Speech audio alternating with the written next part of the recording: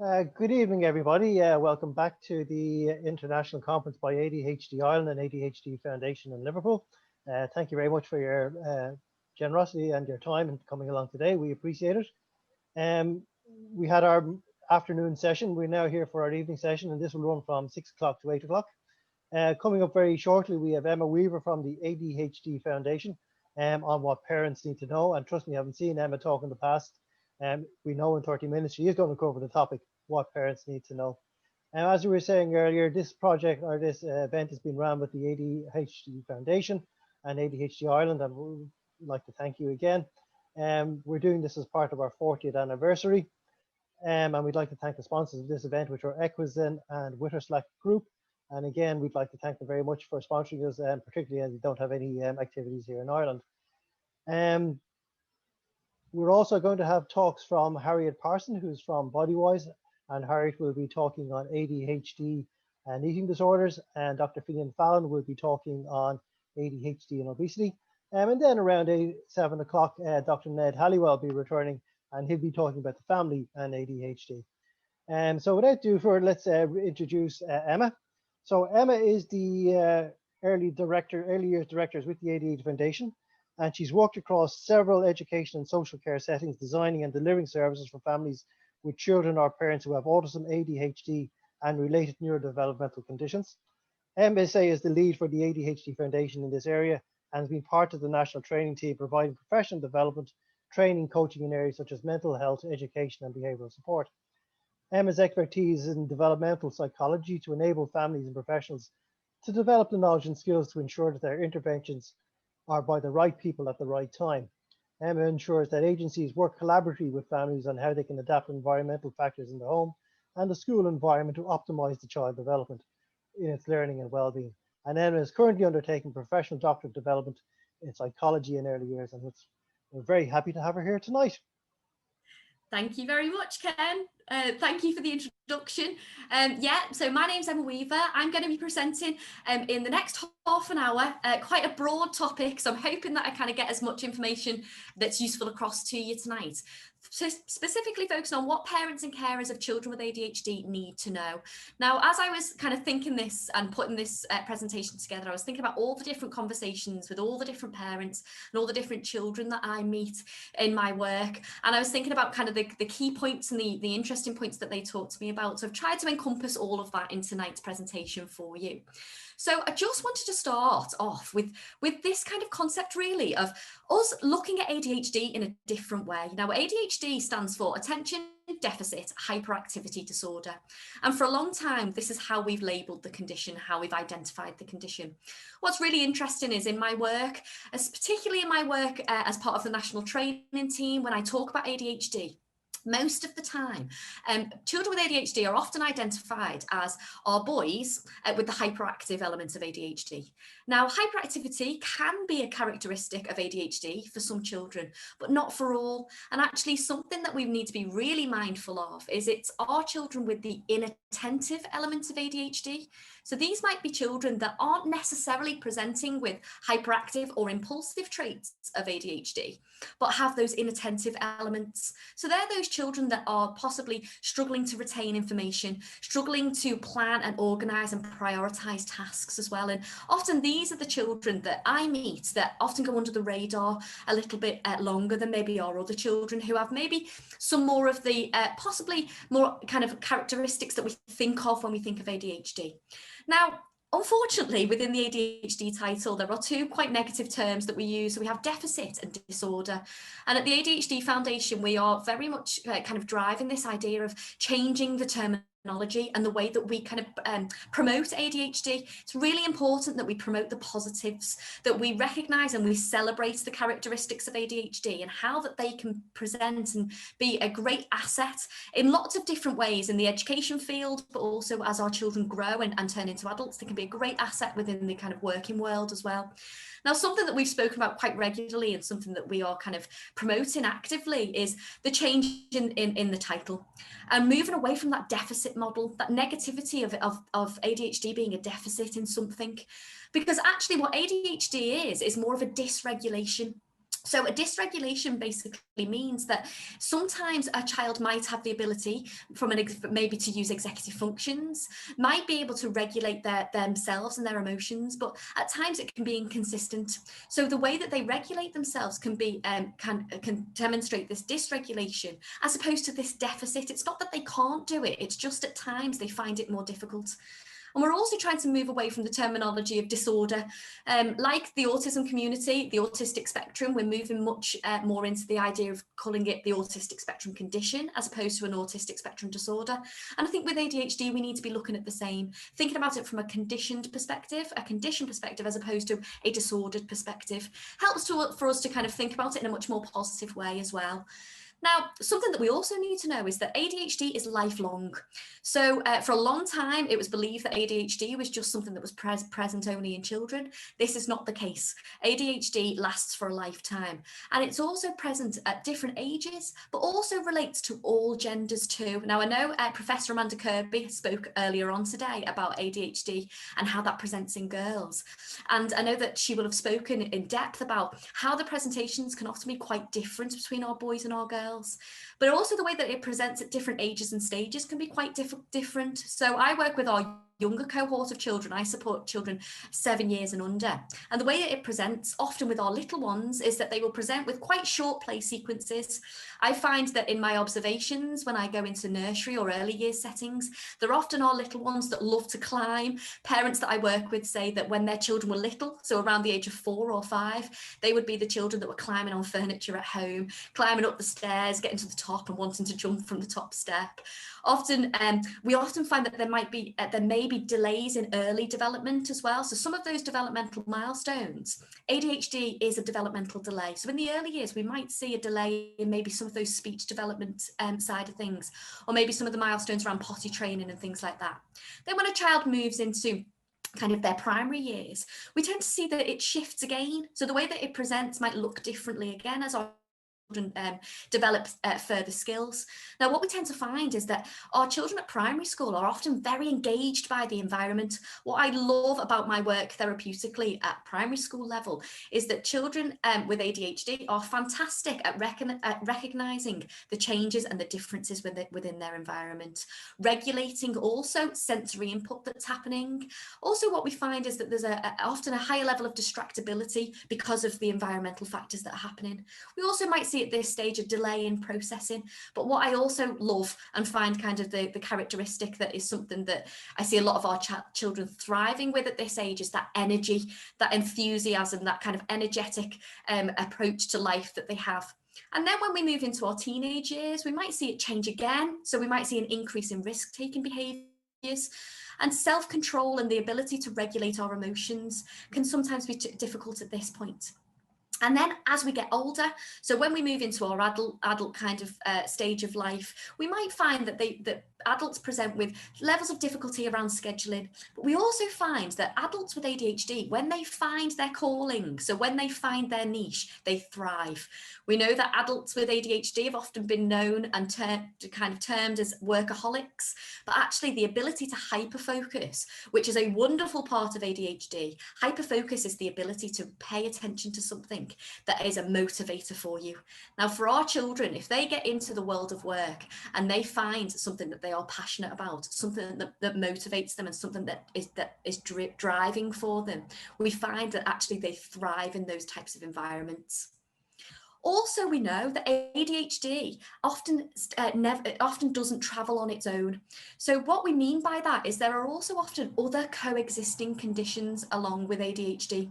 Now, these can be coexisting other neurodevelopmental conditions. Now, I've taken the statistics that I've got here from our wonderful colleague, Professor Amanda Kirby, who looked at the kind of coexisting conditions and what the likelihood and the prevalence of that is in relation to the other neurodevelopmental conditions.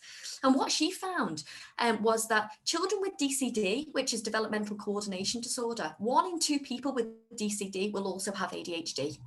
1 in 3 people with ADHD is likely to have a tic disorder. 1 in 2 people with dyslexia is likely to have dyscalculia.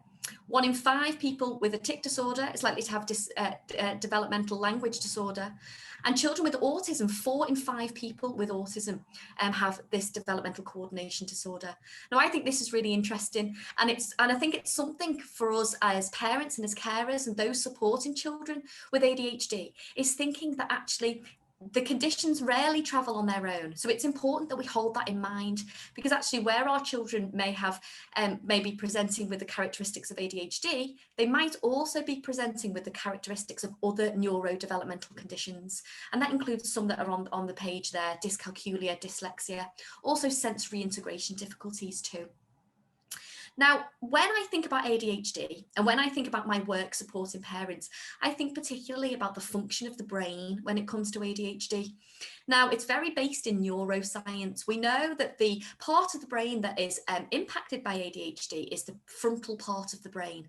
Now, this houses something called our executive functions. And our executive functions are the skills that we have. It's basically the boss of the brain. It's the skills that we have that help us to plan, to organize, to use our memory, to hold things in mind, manipulate that information, and then be able to use that to kind of to guide our behavior.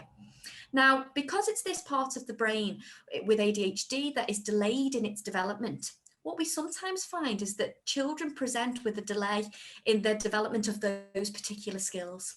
In particular, we know that there is often an emotional maturational delay, which means that actually our children may be presenting as a number of years younger than they are emotionally to maybe children that are of a similar age to them.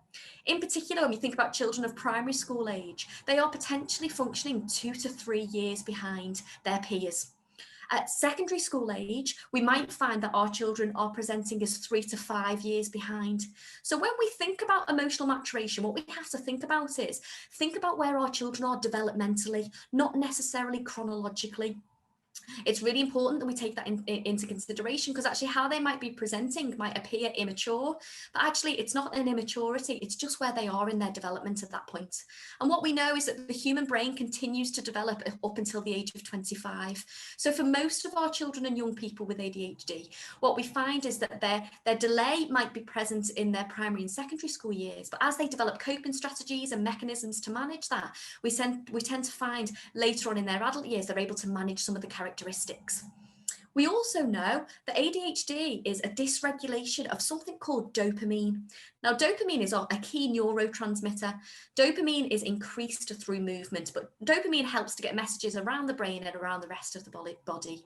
Now, we increase dopamine through movement.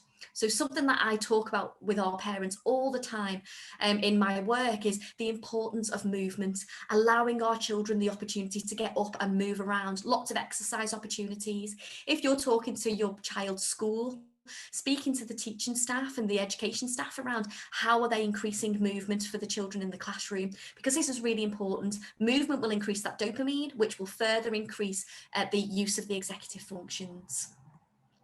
Now, something that is also really interesting is this term self-regulation. Now, self-regulation is really important when it comes to managing our emotional regulation, but also regulating our executive functions. Something that we work quite a lot on predominantly in our work is teaching children to develop skills in emotional self-regulation. There's lots of ways that we can do this. In particular, teaching skills to support children to think about their emotions, think about how they're making them feel. We talk about the way that we teach our children to understand our emotions is we have to follow a bit of a pattern. We have to support our children to understand their emotions, to be able to recognize their emotions, but also to be able to regulate their emotions. Lots of children that I work with at primary school level might be able to tell you that they're feeling sad, or they might be able to tell you that they're feeling excited, but actually they don't always understand what that means. They don't always recognize the physical feeling. So something that we have to do as adults supporting those children is coach them. Ways that we can do that is using strategies like emotion coaching, labeling the emotion and the physical response when we think our children are experiencing it. So we might say things like, I can see that you're happy because you've got a big beaming smile on your face, or I can see that you're angry because your face is turning red. So using emotion coaching statements can really help children to understand and interpret their internal states. Also, teaching children relaxation techniques can be really useful too. Breathing techniques like the picture in the top right hand corner. You can get lots of things off YouTube. You can get things off on particular apps as well. There's mindfulness apps. Stop, Breathe and Think Kids is a really good one. Smiling Mind is also another really lovely one. So thinking about how we can support our children to develop skills in, we talk about calming the limbic part of the brain. The limbic part of the brain is our fight, flight or freeze response part. Now, what we tend to find is because that our children may be experiencing weaknesses in their executive functions, sometimes we find that they function in lower brain regions. So those lower brain regions are these limbic brain regions, which is often our fight, flight or freeze. It tends to be our behavioural response. So I wanted just to round up, because I'm aware that I'm running out of time, but some of the top tips that we talk about at the ADHD Foundation for Parents and Carers is what we need to think about is how we reduce the stress load on the cortical part of the brain. So if you imagine the brain as a hand, the way that the brain is formed is you've got the limbic part of the brain, which is the thumb. Now, the thumb sits in the center of the palm of the hand, just like the limbic system sits in the center of the human brain. This is the cortical part of the brain, which is the frontal cortex. Now, this part of the brain is what is delayed for children with ADHD. Now, this part sits nice and neatly over the top of the limbic system, and these two parts of the brain work really nicely together.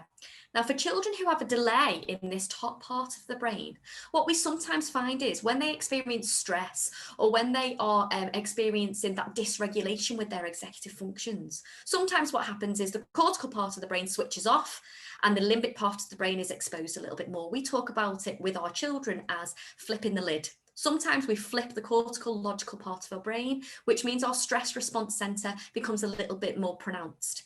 Now, what we can do is try to support the cortical part of the brain by externalizing some of those executive functions. Visual timetables are really useful for this. Reducing verbal instruction can be really helpful. We have techniques and strategies such as the when and then strategy. So reducing our verbal communication, using very simple, maybe two-step instructions can be really helpful too. Visual representations like now and next cards. So having a picture of what we're doing now and a picture of what's coming next, alongside the use of timers, can also be really helpful. So that can be great for supporting our children with transitions. In particular, thinking about when our children might be struggling to move from something they're particularly enjoying to maybe something they're less motivated by. Maybe child's playing on the Xbox and next they've got to get in the bath. If you use a now and next board, now you're playing on the Xbox for the next 20 minutes, and I'm going to show you that on a timer, because what we know is children with ADHD often struggle with the concept of time. If we can demonstrate that, it helps them to process, it helps them to plan, and it helps to reduce that stress load, meaning the cortical part of the brain starts to come back online for us. And something else that's really important is that we promote the positives. Something that we believe is really, really important is that children understand that people with ND conditions, that's neurodevelopmental conditions, can do wonderful, wonderful things. There are lots of people out there, and this is the concept of this neurodiversity movement that's happening across the globe. It's a wonderful movement where we are promoting the strengths of the characteristics of neurodevelopmental conditions. A kind of a statistic there is that actually 35% of entrepreneurs have a neurodevelopmental condition. And these are some of the people in history, some of the people now who are really, really successful. And actually we wonder whether it's as a result of the difficulties that they've had, but also maybe some of the characteristics that have helped to drive them forward. So we've got the likes of Richard Branson, he's dyslexic. You can see the person on the top left-hand side there, that's Josh. He is one of our young ambassadors at the ADHD Foundation. He's a pro golfer and he has played in all sorts of golf tournaments and actually is beginning to demonstrate himself as top of the field in his sport. Bottom right there, Sienna Castellar, fantastic young person, another ambassador for the ADHD Foundation. She's doing wonderful things in promoting ND conditions and the strengths around that, particularly in girls with ND conditions. Simone Biles, she's an Olympic athlete, has done wonderful things within her sport. And then Albert Einstein.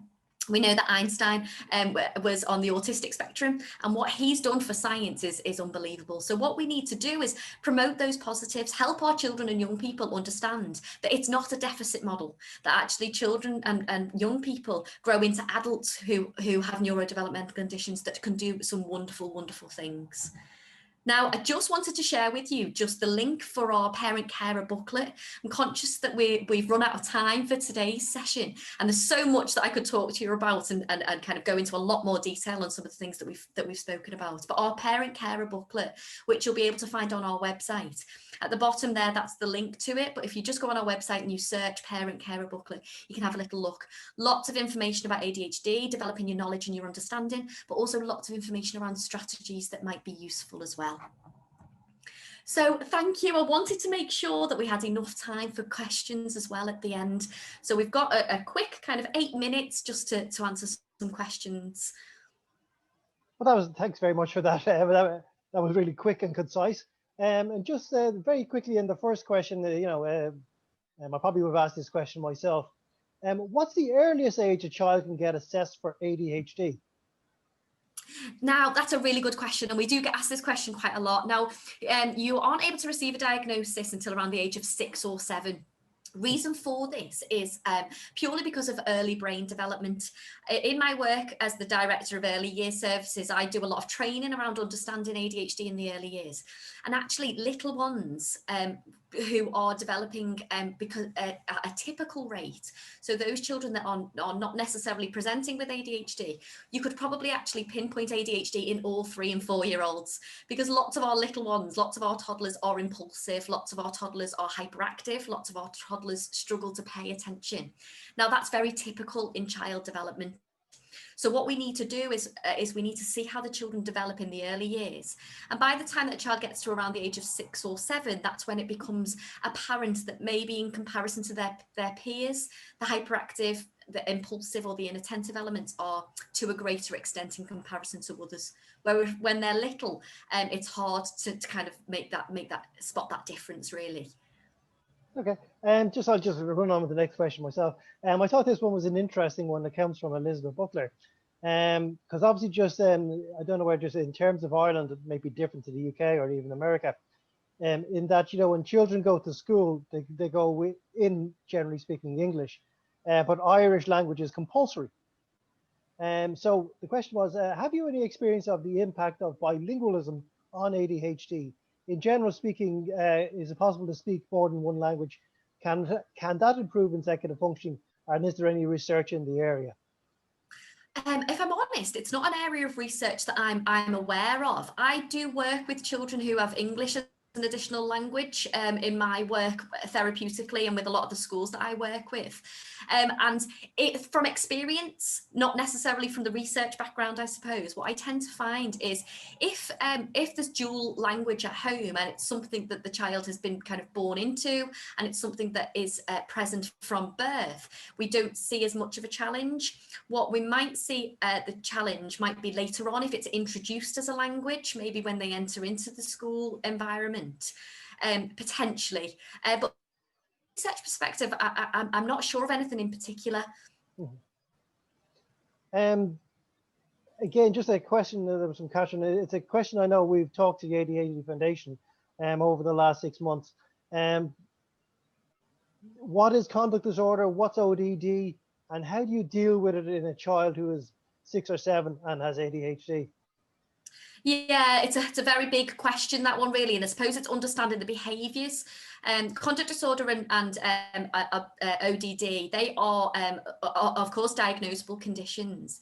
Now, one of the challenges is, and what we tend to talk about when we're exploring behaviour, is trying to understand the root cause of the behaviour. So thinking in particular about what is the behaviour that's being presented. I always talk about the iceberg theory when I'm working with my families. I always give them a picture of an iceberg, or I ask them to draw down a picture of an iceberg. At the tip of the iceberg, just write down all the behaviours that you're seeing or that your child is presenting with. And then underneath, explore what the kind of root causes for those behaviours. Is it related to sensory sensitivities? Lots of our children with neurodevelopmental conditions, I find in particular at this age range, our little ones are often emotionally dysregulated because of their experiences of their sensory world. So I tend to find lots of children's behaviour, the root cause, often we don't understand the trigger, but when we think about it from a sensory perspective, sometimes it's the environmental factors that are causing this dysregulation for them. For other children, it's that dysregulation of the executive function. So it could be processing. Some of our children are struggling to process language, process instructions, retain information. Now, if they're struggling to do that, then they become overwhelmed. And that's when this idea of kind of flipping the lid, the cortical brain switches off and the limbic system becomes more exposed. That's when we then see an increase in maybe some of those difficult behaviours. So we talk quite frequently about our job as adults is to understand the behaviour first, or try and at least piece together and make sense of that, and then add strategies related to that understanding. One thing that I recommend regularly is developing skills in emotion regulation in particular. And I'd highly recommend you having a look at some of the information that's out there around zones of regulation and how we support children to understand some of our big feelings and some of our overwhelming feelings. And I'd be looking down that route really, and how we encourage our children to develop those skills. Cool, that's great. Just an interesting comment in from Marie McGuinness. I have ADHD and I moved from England to Ireland, which is sort of a little bit of the reverse journey, aged 8, and took the Gaeilge brilliant. It was her best class and she loved it. So obviously she didn't have a problem. Yeah. So again, like, to be honest, the rest of us in this country, you know, I did Irish for God knows many years, and I still can't speak the language, but that's probably more a comment on the educational system here. Just for a very quick, maybe last question, just go to Terry. Okay, one from Dan. I was not diagnosed with ADHD until I was age 23. My symptoms weren't really noticed until my teen years. Is it possible that some children can mask their symptoms of ADHD? Absolutely, yeah, absolutely. We tend to find that, and it can be for lots of different reasons. It can be the nature of the school environment is possibly been supportive of the ADHD symptoms. So it could be that the school environment with its structure and its routine can be helpful to manage some of those characteristics of the condition, and then maybe as we get into the adult world and you know, different skills are needed at that point, then sometimes we find that then maybe the characteristics of ADHD become more apparent. But yes, it can be quite common that masking takes place. Okay, and just a very quick last one from an anonymous person. So what's your opinion of a 12-year-old being disruptive in class, not rude or disrespectful, but talking, joking and giddy? School deals with by placing the child near a child and locating him near the kids who isn't friendly with him. It starts to upset the child and he feels isolated and lonely. Feels like the needs of the child, the school are at odds with each other, don't know what to do. I think it would be, I suppose, if the child with ADHD, the 12-year-old child with ADHD is fidgeting and moving a lot, I'd be thinking about where is the opportunity for movement for that young person. And I always think if a child, like I said, that dopamine, the dopamine dysregulation of the dopamine means that movement is key. So movement is really, really important. So some of the strategies that we suggest to school is regular opportunities for the children to get up and move around, whether that's specific movement breaks where they get up and outside of the classroom, or whether there are resources provided within the classroom to be able to do that. We work with some wonderful schools here in Liverpool, and they use the likes of resistance bands, which you can get in the likes of sports shops. They put them around the bottom of chair legs and the child puts their feet inside the resistance bands and they kick out. It's just encouraging that movement. So I suppose I'd be asking the question, is there opportunities for movement for that young person? But also I'd be looking at what's happening within the environment that maybe is creating distractors for the young person as well. So what could we do within the environment to maybe reduce some of those distractors? Visual distractors in particular can be quite tricky. So positioning a child at the back of the classroom can make it more challenging for them to concentrate, because they've got the heads of all the other children. They've then got to be able to concentrate on what's happening within their environment. Sometimes just simple strategies as placing them at the front of the classroom with less distractors can be really helpful. So it would be exploring, I suppose, what strategies have been put in place that are relevant to your child's presentation of ADHD. Okay, thanks very much for that, Emma. Really appreciate it. For answering all the questions. Just for, there's also a comment came in from Sarah. I work in a Gael school, which is an Irish school.